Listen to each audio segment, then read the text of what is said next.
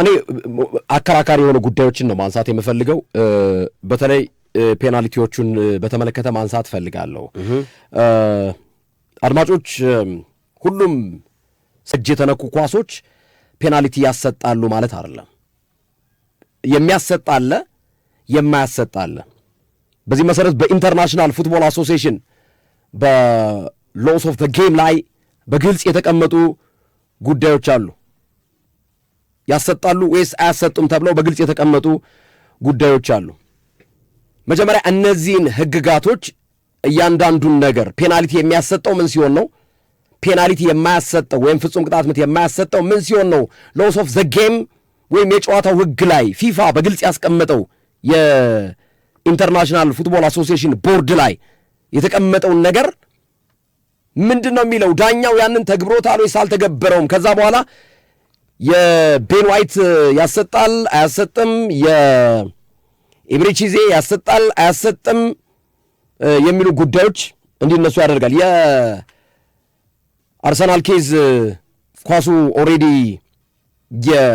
የኮሬስ ስለነበር ብዙም እሱ አላከራከረም። ግን እሱንም በዚህ ህግ አንጻር እናንተ ጄጅ እንድታደርጉ ወይም አድማጮች እናንተ ውሳኔ ላይ እንድትደርሱ ፔናልቲ የሚያሰጥና የማያሰጡ ኦፌንሶች ወይም ጥቃቶች ወይም ክንውኖች ምንድናቸው የሚሉትን ጉዳዮች በዝርዝር ማስቀመጡ ተገቢ ነው ብዬ አስባለሁ። ስለዚህ በመጀመሪያ በአእምሯችን ላይ መያዝ ያለብን ፔናልቲ ሳጥን ውስጥ የተነካ ኳስ፣ በእጅ የተነካ ኳስ ሁሉ ፔናልቲ አይደለም። ሳጥን ውስጥ ፍጹም ቅጣት ክልል ውስጥ የሚነካ በእጅ የሚነካ ኳስ ፔናልቲ የሚሆንበት ሂደት አለ፣ ፔናልቲ የማይሆንበት ሂደት አለ። ይህንን መጀመሪያ አንደርስታንድ ማድረግ ተገቢ ነው ብዬ አስባለሁ። ስለዚህ ወደ እያንዳንዱ ጉዳይ ሎስ ኦፍ ዘ ጌም ላይ የሰፈረውን ነገር ቃል በቃል እናንሳው። የመጀመሪያው ጉዳይ ምን ይላል? በእንግሊዝኛ ላንብበውና ወደ አማርኛ እንመልሰዋለን። The ball comes off the player's own body, for example chest, head, leg, and then touches the hand ይላል። ይሄ አያሰጥም ፔናልቲ።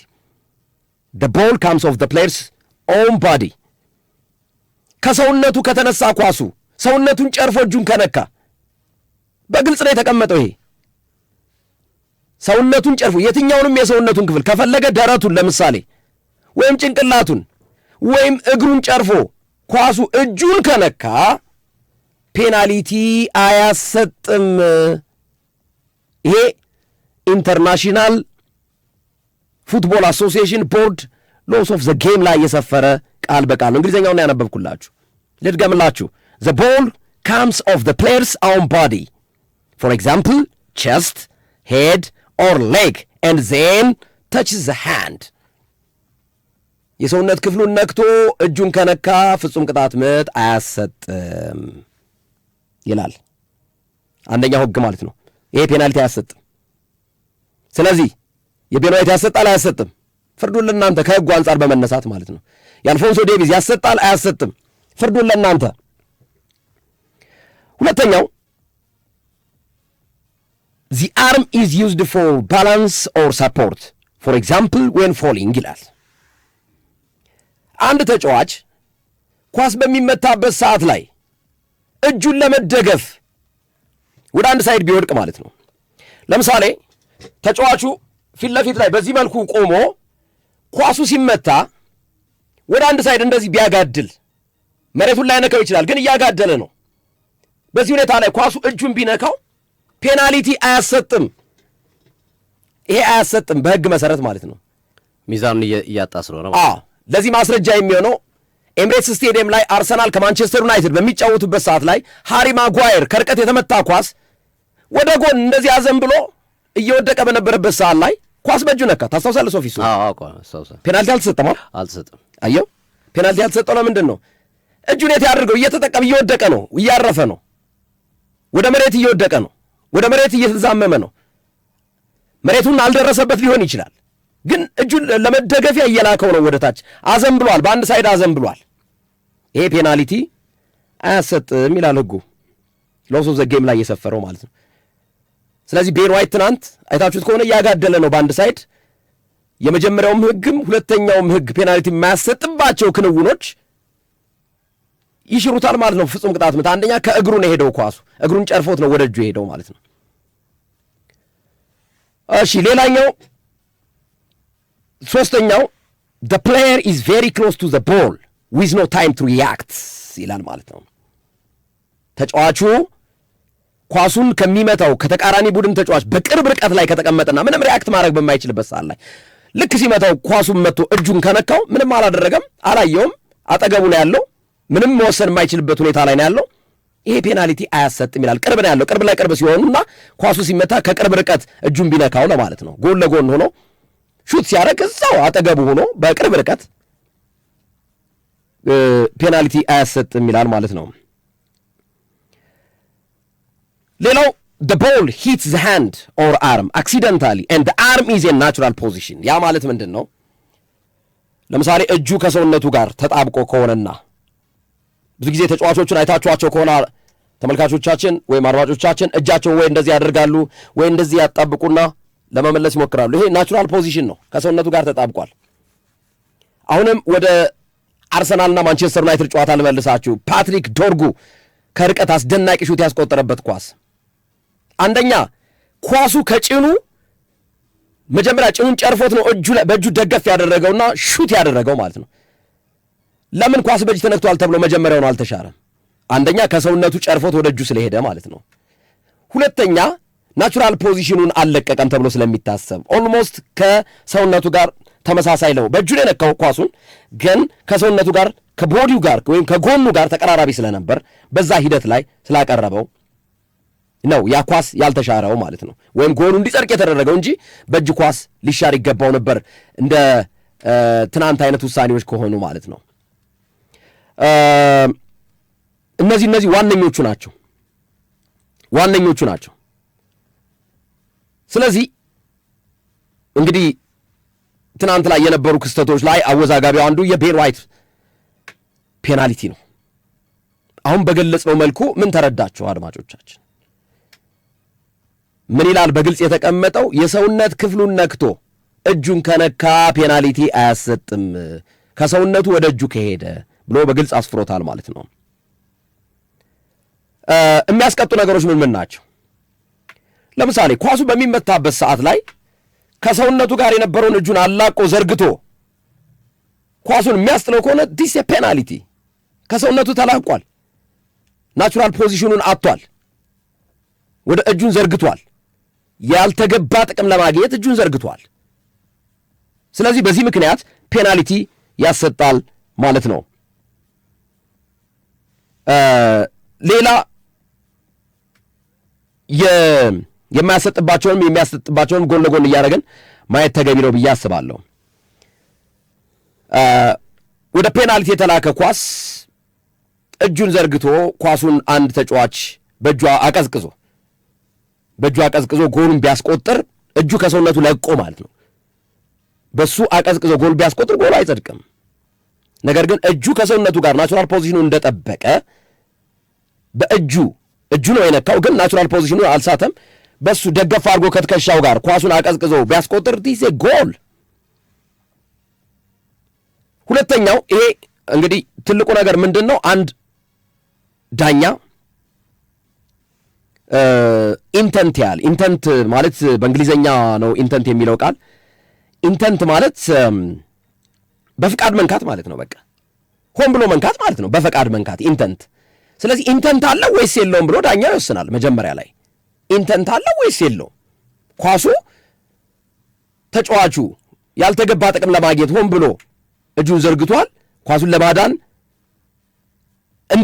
ግልጹ ለምሳሌ ኢንተንት የምንለውን ለማስረዳት ያክል ሉዊስ ሱዋሬዝ ወርልድ ካፕ ላይ ሆን ብሎ እንደማለት ሉዊስ ሱዋሬዝ ዩራጓይ ከጋና የነበራቸውን ጨዋታዎች ኳሱ ሲመታ እሱ ማለት ኢንተንት ማለት ነው። ሆን ብሎ ነው ከሳጥን ውስጥ ወይም መስመሩ ላይ እንደ ግብ ጠባቂ ኳስ በእጁ የጨፈለቀው፣ ያ ኢንተንት ይባላል። በፈቃድ መንካት ሆን ብሎ ኳሱን ማቋረጥ ማለት ነው። ስለዚህ ዳኛው ኢንተንት አለው ወይስ የለውም የሚለውን ማመዛዘን አለበት። የመጀመሪያው እንትን። ሁለተኛው የአርም ፖዚሽን፣ አርም ከዚህ ጀምሮ ይሄ እጁ እስከ ክንዱ ድረስ ከታች ይሄ እንዳለ ከዚህ ጀምሮ ባይዘው ፔናልቲ የሚባለው ከትከሻው ወረድ ብሎ ጀምሮ እስከ ታች ድረስ ያለው እጅ ነው የሚባለው። በእጅ ተነክቷል ይባላል። በዚህ ጋር ከተነካ ፔናልቲ ነው ባይዘዌ። ስለዚህ አርም ፖዚሽኑ እንዴት ነው ከሰውነቱ ጋር ተጣብቋል፣ ለቋል የሚሉትን ነገሮች መታየት አለባቸው። የቤን ዋይት በእርግጠኛነት እንደተመለሰላችሁ አስባለሁ። የቤን ዋይትም የአልፎንሶ ዴቪስም በእነዚህ ህግ መሰረት አሁን በተቀመጡት ሎስ ኦፍ ዘ ጌም ሩሎች ላይ ህጎች ላይ ስለ ሃንድቦል የተቀመጠው ላይ የአልፎንሶ ዴቪስም ኳሱ ከሰውነቱ ነው ወደ እጁ ሄደው የባየር ሙኒኩ ተከላካይ ለፒኤስጂ ፔናልቲ የተሰጠው አያሰጥም። የቤን ዋይትም ትናንት አያሰጥም። የቤን ዋይት እንደውም በሁለት ምክንያቶች፣ አንደኛ እግሩን ነክቶ ነው ኳሱ ወደ እጁ ሄደው፣ ሁለተኛ ደግሞ ለመደገፍ እጁን እየላከ ነው ወደ አንድ ሳይድ አዘንብሏል። ልክ ሃሪ ማጓየር ኳስ ሲመታ በእጁ እንደመለሰው ግን ወደ መሬት እየወደቀ ስለነበር እጁን ያድርገው በሚለው ፕሪንሲፕል ማለት ነው። እና የቤን ዋይት ፔናልቲ አያሰጥም፣ ስህተት ነው። ዳኛው በቫር ሁሉ አይተውታል። በጣም የገረመኝ ነገር ሶፊ አይታል፣ በቫር ሁሉ ሄደው ያዩት ክስተት ነው። ሁለተኛው ጉዳይ እና ሌላኛው አከራካሪ የኤቤሬቺ ኤዜ ጉዳይ ነው። ፔናልቲ የሚሰጥባቸው ፋውሎች ምን ናቸው? በኢንተርናሽናል ፉትቦል አሶሲዬሽን ቦርድ ሎስ ኦፍ ዘ ጌም ወይም ህግ መሰረት ፋውል የሚያሰጡ ጉዳዮች ወይም ፔናልቲ የሚያሰጡ የፔናልቲ ፋውሎች ናቸው ተብሎ የሚጠበቁት፣ አንደኛ ኪኪንግ፣ መማታት፣ ለመማታት መሞከር፣ ይሄ ፔናልቲ ነው። ሁለተኛው ትሪፒንግ።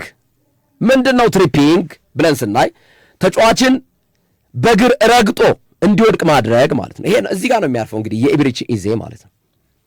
ተጫዋችን ኳሱን ሳያገኝ ኳሱን ሳይነካ ተቃራኒ ቡድን ዲፌንደር ወይም ተከላካይ፣ ብዙ ጊዜ ተከላካዮች ስለሚሆኑ ዲፌንደሩ ኳሱን ሳይነካ የተጫዋቹን እግር ከነካ ወይም ለመርገጥ ንክኪ ካለው ይሄ ፔናልቲ ነው፣ ግልጽ ፔናልቲ ነው፣ አይፈቀድም። ሞር ዳኞች ደግሞ የበለጠ ቢያብራሩት፣ እኔ ሎስ ኦፍ ዘ ጌም ላይ ያለውን ነው እያነበብኩት ያለሁት ማለት ነው።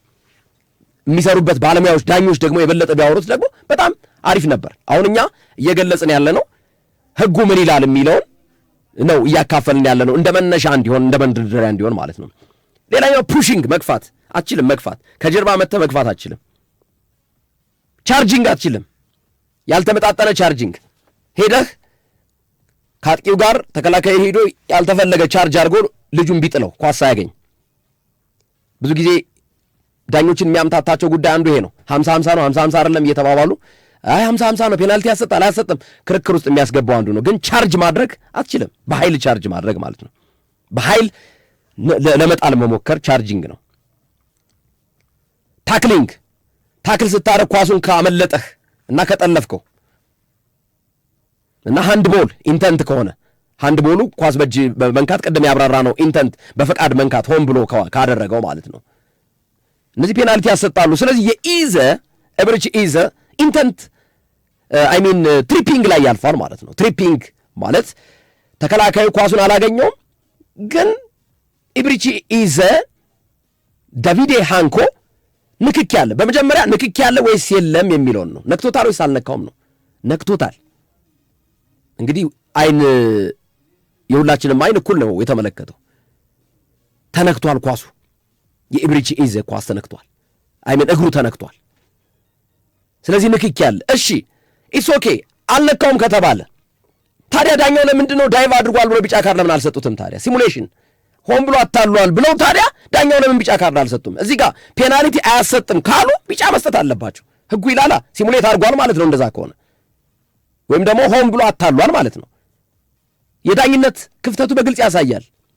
በዚህ እንኳን ዳኝነት ስህተት እንደነበረ መረዳት ይቻላል። ኦኬ ኤቤሬቺ ኤዜ አያሰጥም ከተባለ ታዲያ ካላሰጠ ዳይቭ አድርጓል ማለት ነው። ዳይቭ ካረገ ቢጫ ካርድ ለኤዜ መስጠት ነበረባቸው፣ አላደረጉም። ግን እንደኛ እይታ ንክኪዎች አሉ፣ ተጠልፏል። ለኤቤሬቺ ኤዜም ፔናልቲ መስጠት ነበረባቸው። ሌላው የኮሬስ ነው። የኮሬስ የሚያርፈው ሆልዲንግ ላይ ነው። ይሄ ብዙ ጊዜ ከበስተጀርባ ወይም ከጀርባ የሚደረጉ አጫወቶች ለመያዝ መሞከር፣ ላትይዘው ትችላለህ። ሸሚዙን እንደዚህ ልትይዘው ለመሞከር፣ ጫንቃ ላይ እንደገና ጀርባው ላይ ለመውጣት መሞከር። ምክንያቱም የኮሬስ ከኳሱ አጠገብ የሚገኘው የኮሬስ ነው። ጥፋቱን የሰራበት ተጫዋች ከዮኬሬስ ጀርባ ነው የሚገኘው፣ ከጀርባው ነው ያለው። ከበስተጀርባ ኃይል ተጠቅሞ የመግፋት ነገር ይሄ ብዙም አላከራከረም። ትናንት ብዙዎቹን አላከራከረም። የዮኬሬስ ጉዳይ ማለት ነው አላከራከረም ያን ያህል ማለት ነው። ፔናልቲው ማለት ነው ያከራከረው የኤብሪቺ ኢዜና የቤን ዋይት ጉዳይ ነው እና ከህጉ ይህንን ይላል። ሶፊ አዎ ግርምዬ፣ ከጨዋታው በኋላ የተሰጡ አስተያየቶች አሉ በሁለቱም አሰልጣኞች በኩል፣ በቀድሞ ተጫዋቾች፣ በተንታኞች፣ በዳኞች፣ ከሁሉም አቅጣጫ ያሉትን ነገሮች ለመመልከት ጥረት እናደርጋለን። ዲየጎ ሲሞኔ የመጀመሪያው ፔናልቲ አርሰናል ስለሆነ ያገኘው ዲየጎ ሲሞኔ የኮሬሽ ተጫዋች እየመጣ ስለሆነ ስላሰበ ሆን ብሎ ነው የወደቀው፣ ጠብቆት እንዲገጨው ጠብቆ ነው የወደቀው እና ፔናልቲው ተገቢ አይደለም የሚል አስተያየታቸውን ሰጥተዋል። አርሰናል ያገኘው ፔናልቲ ተገቢ አይደለም፣ ምክንያቱም የኮሬሽ ኳሱን ሸፍኖ ሆን ብሎ ነው የጠበቀው መጥቶ እንዲገጨው ተጫዋቹ የሚል ሀሳብ ሰጥተዋል። የዲያጎ ሲሞኔ ሀሳብ ነው። እንግዲህ አድማጮች ወይም ጨዋታውን የተመለከቱ ደግሞ የራሳቸውን እይታ መውሰድ ይችላሉ። የኮሬሽ ኳሱን እግሩ ስራ አልነበረም፣ የኮሬሽ ኳሱን መጠቀም አይችልም ነበረ የሚሉትን ነገሮች መመልከት የሚቻልበት ሂደት አለ እና የኮሬሽ ብዙ አላከራከረም። እንግዲህ ከዲያጎ ሲሞኔ ውጭ ዲያጎ ሲሞኔ ከሰጡት አስተያየት ውጭ ብቻቸውን ነው እሳቸው የቀሩት። እሳቸው የሚያሉት የኮሬሽ ጠብቆ ነው የወደቀው የሚል ሀሳባቸውን ነው የሰጡት። አከራካሪ ሆኖ ዓለም ላይ በጣም መነጋገሪያ የሆኑት ለቤንጃሚን ዋይት ላይ የተሰጠው ፔናልቲና ኢዜ የተከለከለው ፔናልቲ ናቸው። ብዙዎች እንዲሁም እነዚህን ያደረጉና ፔናልቲው ቤን ዋይት የሰራውን ጥፋት ሃንኮ ቢሰራው ፔናልቲ ይሰጡ ነበር ይላሉ። ኢዜ ላይ የተሰራው ጥፋት ሁሊያን አልቫሬዝ ላይ በአርሰናል ሳጥን ውስጥ ቢሰራ ፔናልቲውን ይከለክሉ ነበር ይላሉ። ፖል ስኮልስ የሰጠው አስተያየት በትልቁ ከሚነሱ ሀሳቦች መካከል የሚነሳ ነው። የቀድሞ የማንቸስተር ዩናይትድ ተጫዋች ፖል ስኮልስ እንዲህ አይነት ዳኝነት አይቻል አቅም ነው ያለው እሱ። ዳንኤል ማኬሊ በጣም በጣም ደካማ ዳኛና ቃል በቃል ያለው እሱ ምንድን ነው በደጋፊዎችና በአሰልጣኞች ተጽዕኖ ስር ሁኖ ሲዳኝ የነበረ ዳኛ ነው ያለው። አንድ ዳኛ በደጋፊዎችና በአሰልጣኞች ወይም በሶስተኛ አካል ተጽዕኖ ውስጥ ከገባ ዳኛ መሆኑን ያቆምና ደጋፊ ይሆናል የሚል አስተያየት ነው ያስቀመጠው እና በየትኛውም መንገድ ነው ያለው። በምንም በህጉን ወደ ግራም ወደ ቀኝም ብታነበው ህጎች ኢንተርፕሬት ይደረጋሉ አይደል? አሁን ለምሳሌ እጅ መንካትን ግርም እንዴት እጅ መንካት ፔናልቲ እንደሚያሰጥ በደምብ ኢንተርፕሬት እያደረከው ነበር። በፈለከው ትርጉም ብትሰጠው የቤን ዋይት ፔናልቲ አያሰጥም። የትናንትናው አልፎንሶ ዴቪስ ፔናልቲ አያሰጥም። ምክንያቱም እግርህን ነክቶ ባትህን ነክቶ ጭንቅላትህን ነክቶ እንደ ብዙ ጊዜ አይተናልኩ በጭንቅላት ገጭቶ በእጅ ሲነኩ ፔናልቲ ያሰጣ እንዲያ ማንም ሰው ፔናልቲ ሲሰጥ ብሎ ይጠይቃል እንዳይጠይቅም። ጋብርኤል ማጋሌሽ ከክሪስታል ፓላስ ጋር ሲጫወቱ ይመስለኛል ኢስማኤል አሳር የመታውን ኳስ በእግሩ መልሶት ከእግሩ ነጥሮ እጁን ነካ። ፔናልቲ ሰጡ። መጀመሪያ ሂዶ አዩት። ከእግሩ ወደ እጁ መሄዱን ሲያረጋግጡ ፔናልቲውን ሰረዙ። የትናንትናው ለየት የሚያደርገው ዳኛው ትክክለኛ ውሳኔ ይወስናሉ፣ በቫር ይጠሩና ይቀይራሉ ውሳኔውን። ይሄ ነው ትልቅ ጥያቄ ያስነሳው። ዳኛው የወሰኑት ለምሳሌ ቤንጃሚን ዋይትን ፔናልቲ አልፈውታል፣ አይተውታል፣ አልፈውታል። አዛው አካባቢ ነበር። በቫር ተጠሩ፣ ኢንፍሉዌንስ ተደርገዋል በቫር ዳኞች። እስኪኑ ማለት የቫር ዳኞችም የወሰኑት ውሳኔ እና ቪዲዮ ተመሳሳይ ከሆነ ወይም የመሃል ዳኛውን የሚደግፍ ከሆነ ሜዳ ላይ የተፈጠረው ነገር ቫር ግዴታ ነው ብሎ አንገት አንቆ ማምጣት የለበትም። ለምሳሌ ዳኛው ፔናልቲ ያሰጥም ብሎ የቤን ዋይትን አልፈውታል አይደል? በቃ ያዩታል እነሱም ቫር ያሉት ላይ ኬዙ ይሄ ነው፣ ከእግሩ ወደ እጁ ስለሄደ አያሰጥም ፔናልቲውን። ስለዚህ ዳኝነትን ቀጥል ብሎ በውስጥ መንገድ ይችላሉ፣ ጨዋታውን ማስኬድ ይችላሉ። ግን ጠሩትና ራሱ ወስን አሉት። ሲያስደነግጡት ዳኛውን። በእርግጥ ልምድ ያለው ዳኛ ነው፣ የሚደነግጥ አይነት ዳኛ አይደለም። ሆላንዳዊ ዳንኤል ማኬሊ ረጅም ብዙ ጨዋታዎችን የመራ ዳኛ ነው። መጥቶ አየ፣ አይቶታል። 12 ጊዜ ነው ያየው። በነገራችን ላይ ግን 12 ጊዜ ነው ያየው በቫር ደጋግሞ ደጋግሞ ደጋግሞ ደጋግሞ አየው። አጠራጥሮታል። እሱም ልስጥ አልስጥ ብሎ መጨረሻ ላይ ፔናልቲ ሰጠ። ሁሉም ዓለም ላይ ያሉ በሙሉ የተቃወሙት ውሳኔ ነው ማለት በአንድ ድምፅ የምትቃወሙ የለም በአንድ ድምፅ ይሄ ሊሆን ይችላል ባካችሁ ምናምን የሚል ነገር እንኳን የለም። ኢቭን አትሌቲኮ ማድሪዶች ዳኛውን ፕሮቴክት አላደረጉም፣ ጸጥ ነው ያሉት፣ መልስ አልሰጡም በፔናልቲ ጉዳይ ምንም ነገር። ዲያጎ ሲሞኔ ምንም መልስ መስጠት አልፈለጉም፣ ዝም በዝምታ ነው ያለፉት። ሁለተኛው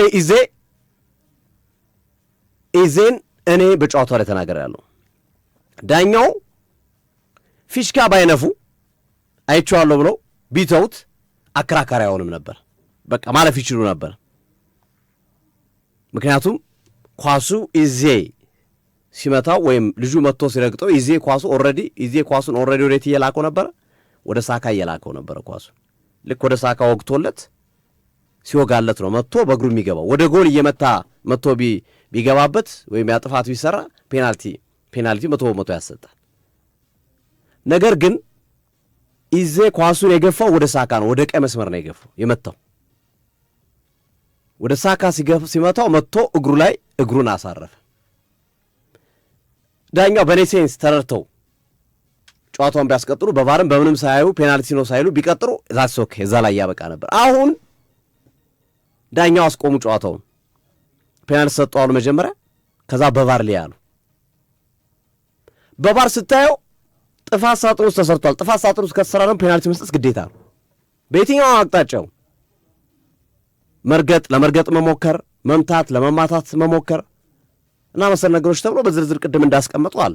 በቫር ካየው ግዴታ ነው ፔናልቲ መስጠት። ምክንያቱም 16-50 ውስጥ ግልጽ ጥፋት ተሰርቷል። ግልጽ ጥፋት ተረግጧል። ልጁ ዳይቭ አላረገም ጭራሽ፣ ዳይቭ አላረገም ጭራሽ።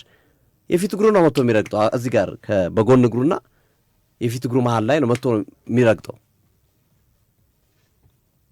ጥፋት ተሰርቷል። ፔናልቲ መስጠት ነበረበት። ይሄ ፔናልቲ ባያዩ እንዳልኩት በቀድም በኮመን ሴንስ ሊያስኬድ የሚችልበት እድል ይፈጥራል። ማየታቸው ግን ኦልሬዲ ጥፋት ተሰርቷል፣ ፔናልቲ ሰጥቷል፣ የእርሳቸውን ሀሳብ የሚደግፍ ነው። በሪፒቴሽን ወይም በድጋሚ እይታ ስንመለከተው የምናየው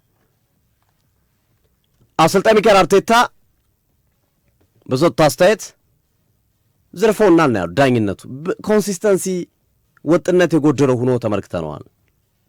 በቃ ለእናንተ ነው ፍርዱን የምተው፣ የመዘረፍ ያህል ስሜት ያለው ይህን ጨዋታ አሸነፈን። የኢዜ ጎል ደግሞ ቢቆጠር ጁሊያን አልቫሬስ ከወጣ በኋላ ስለነበር አርሰናል ሞር አስጠብቆ የመውጣት ድል ይኖረው ነበረ፣ ጨዋታውም እያተገባደደ ከመሄዱ ጋር ተያይዞ ያንን መሰረት አድርገው ይሄ ጨዋታ አሉ ሚኬል አርቴታ አንድ ዙር ቢሆንስ ላይክ እንደ ምድብ ጨዋታ አንድ ዙር ጨዋታ ቢሆን ዋጋ አስከፍሎን ነበር። እኛ ደስ የሚለው ሁለተኛ ዙር ጨዋታ ስላለ እዛ ላይ የተሻለ ነገር እንደምንሰራ ስለምናቅ ያንን ታሳቢ አድርገን ነገሩን ኢግኖር ልናደርገው እንችላለን፣ ወይም ደግሞ ይህንን ጉዳይ ላይ የሚለውጠው ነገር ስለሌለ ችክ ብለን አንቆይም። ነገር ግን አንድ ዙር ጨዋታ ቢሆን የፋይናል ጨዋታ ቢሆን ግርሜ ይሄ ጨዋታ የትናንትናው ጨዋታ የፋይናል ጨዋታ ቢሆን በጣም ከባድ ነበር። ሌሎች አስተያየት የሰጡም በርካታ የቀድሞ ተጫዋቾች አሉ። ከነዚህ ውስጥ ማይክል ኦዌን ዳኛውን ሊያሳግድ የሚችል እንዲሁም ቃል በቃል ያለው ዳኛው መቀጣት አለባቸው ነው ያለው። በቃ ማለት ውጤት ቀይረዋል። በትናንትናው ጨዋታ ላይ ጨዋታውን አርሰናል ማሸነፍ የሚችልበት እድል ነበር። አንደኛ 1-0 እየመራ ነበር፣ 1-1 አድርገውታል። ሁለተኛ 2-1 ሊመራ የሚችልበትን እድልም እሱንም ከልክለውታል። ሁለቴ ነው እድል የከለከሉት እና በህጉ መሰረት ዳኛው ሊቀጣ ይገባል የሚል ሀሳቦች እየተቀመጡ ነው ያሉት። ዳንኤል ማኬሊ እንግዲህ ከዚህ በኋላ የፍጻሜ ጨዋታና 2 የግማሽ ፍጻሜ ጨዋታዎች ይኖራሉ፣ ግን በሌሎች የአውሮፓ ውድድሮችም ጭምር ሊታገሩ እንደሚችሉ በግምት በሀሳብ ደረጃ እየተንሸራሸረ ነው የሚገኘው። የዳኝነቱ ጉዳይ ግልጽ ነው። የትናንት ነው ለመከራከርም እንኳን ማለት እንደው እንዲህ አስበው እንዲህ ብለውም እንኳን ለማለት የማችለውና ግልጽ የሆነ በደል አርሰናል ላይ ትናንት ተፈጽሟል። ዳኒ ማኬሌ በአትሌቲኮ ማድሪድ ተጫዋቾች፣ አሰልጣኝ ዲየጎ ሲሜዮኔና በደጋፊዎች ቁጥጥር ተጽዕኖ ስር ነበሩ። ትናንት ውሳኔዎችን የሚወስኑት በእነዚህ ተጽዕኖ ስር ነበሩ እና ያ ያመጣው ኢምፓክት ይመስለኛል። እንደውም እሳቸው ቅድም እንዳልከው ሶፊ መጀመሪያ ላይ ልክ ነበሩ። መጀመሪያ እኮ ትክክል ነበሩ። ሁለቱም ውሳኔያቸው ትክክል ነበሩ። በኋላ ላይ ነው ያሳሳቷቸው በቫር ያሉት ሰዎች። ስለዚህ ወይ ዳኒ ማኬሌ ወይ ቫር ላይ ያሉ ሰዎች አጠቃላይ ዳኝነቱ በአትሌቲኮ ማድሪድ ተጽዕኖ ስር ነበሩ። እኔ ኢትዮጵያ ውስጥ ብቻ ነው ያየሁት ዳኛ መክበብ ለመጀመሪያ ጊዜ። ግን ትናንት በአውሮፓ በትልቅ ውድድር ላይ የአትሌቲኮ ማድሪድ ደጋፊዎች ተጫዋቾች ዳኛ በየደቂቃው እየሮጡ እጃቸውን እየዘረጉ እየሄዱ ሲከቡ እኔ ትናንት አየሁ። ኢትዮጵያ ውስጥ ነበር እንደዚህ አይነት ነገር የሚያስቅ የዳኛ ከበባ የምናየው ማለት ነው።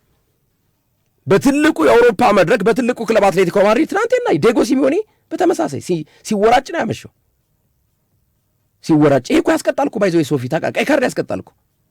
ዴጎ ሲሚዮኔ እንደውም ምድለኛ እኮ ነው፣ ተርፏል እኮ። አራተኛ ዳኛውን ሲገላምጠው ሁሉ ነበር እኮ፣ ሲሮጥ ነበር እኮ፣ እዩልኝ ሲል ነበር እኮ፣ እንደዚህ ውሳኔው ልክ አይደለም ሲል ነበር እኮ። አትችልም። አንድ አሰልጣኝ እንደዚህ ካለ ካርድ ይመዘዝበታል። ኢቭን ዴጎ ሲሚዮኔ ላይ እንኳን ካርድ አልተመዘዘም። ተጫዋቾች ያ ሁሉ ተጫዋች ከአምበል ውጭ ዳኛ ማናገር አይቻልም። የነበረው ግን የአትሌቲኮ ማድሪድ ተጫዋቾች ተጽዕኖ ስር እንዲገቡ ዳኞቹን አድርጓቸዋል ብዬ ነው የማስበው። ይሄ ነው መደምደሚያዬ። ለእነዚህ ስህተቶች፣ ለሁለቱ ትላልቅ ግዙፍ ስህተቶች የቤን ዋይት አያሰጥም፣ የኤብሪቺዜ ፔናልቲ ያሰጣል። እነዚህን ውሳኔ እንዲቀለብሱ ያደረጋቸው የአትሌቲኮ ማድሪድ ተጫዋቾች፣ አሰልጣኝ ዴጎ ሲሚዮንና ደጋፊው ያመጣው ኢምፓክት ነው ብዬ አስባለሁ። ገና ከመጀመሪያው ጀምሮ ነው ባይዘወይ አውቶቡሶቻቸው የአርሰናል አውቶቡስ ተሰብሯል መስታወቱ። ከመጀመሪያው ጀምሮ ይሄ አትሌቲኮ ማድሪድ ይታወቃል በእንደዚህ አይነት ነገር የተለመደ ነው። ከባርሴሎናም ጋር ይሄን ነገር አድርገውታል። ሜዳ ላይም ተመሳሳይ አይነት ነገሮችን በመጮህ ውጤት ለማስቀየር ዳኛን ተጽዕኖ ውስጥ የመክተት ባህሪ አትሌቲኮ ማድሪድ ላይ ይስተዋላል እና ያ ያመጣባቸው ኢምፓክት ወይም ተጽዕኖ ወይም ኢንፍሉዌንስ ነው ብዬ አስባለሁ።